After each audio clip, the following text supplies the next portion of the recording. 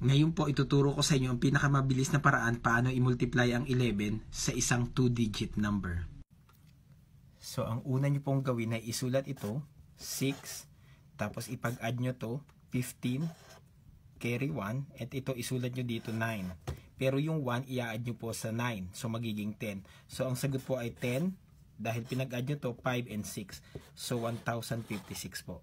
Isulat nyo uli 8, i-add nyo ito 16, carry 1, tapos ito 8, isulat nyo doon, so 8 plus 1, 9, and then 6, 8, so 968 po.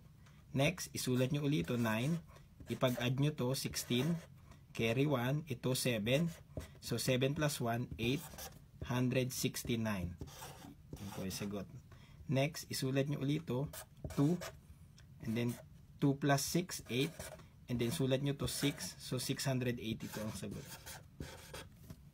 Ito po, isulat nyo ulit 4, ipag-add nyo sila 9, isulat nyo doon 5, so 594 po. Isulat nyo ulit ito 1, ipag-add 9, isulat doon 8, so 891. So yun lang po ang technique.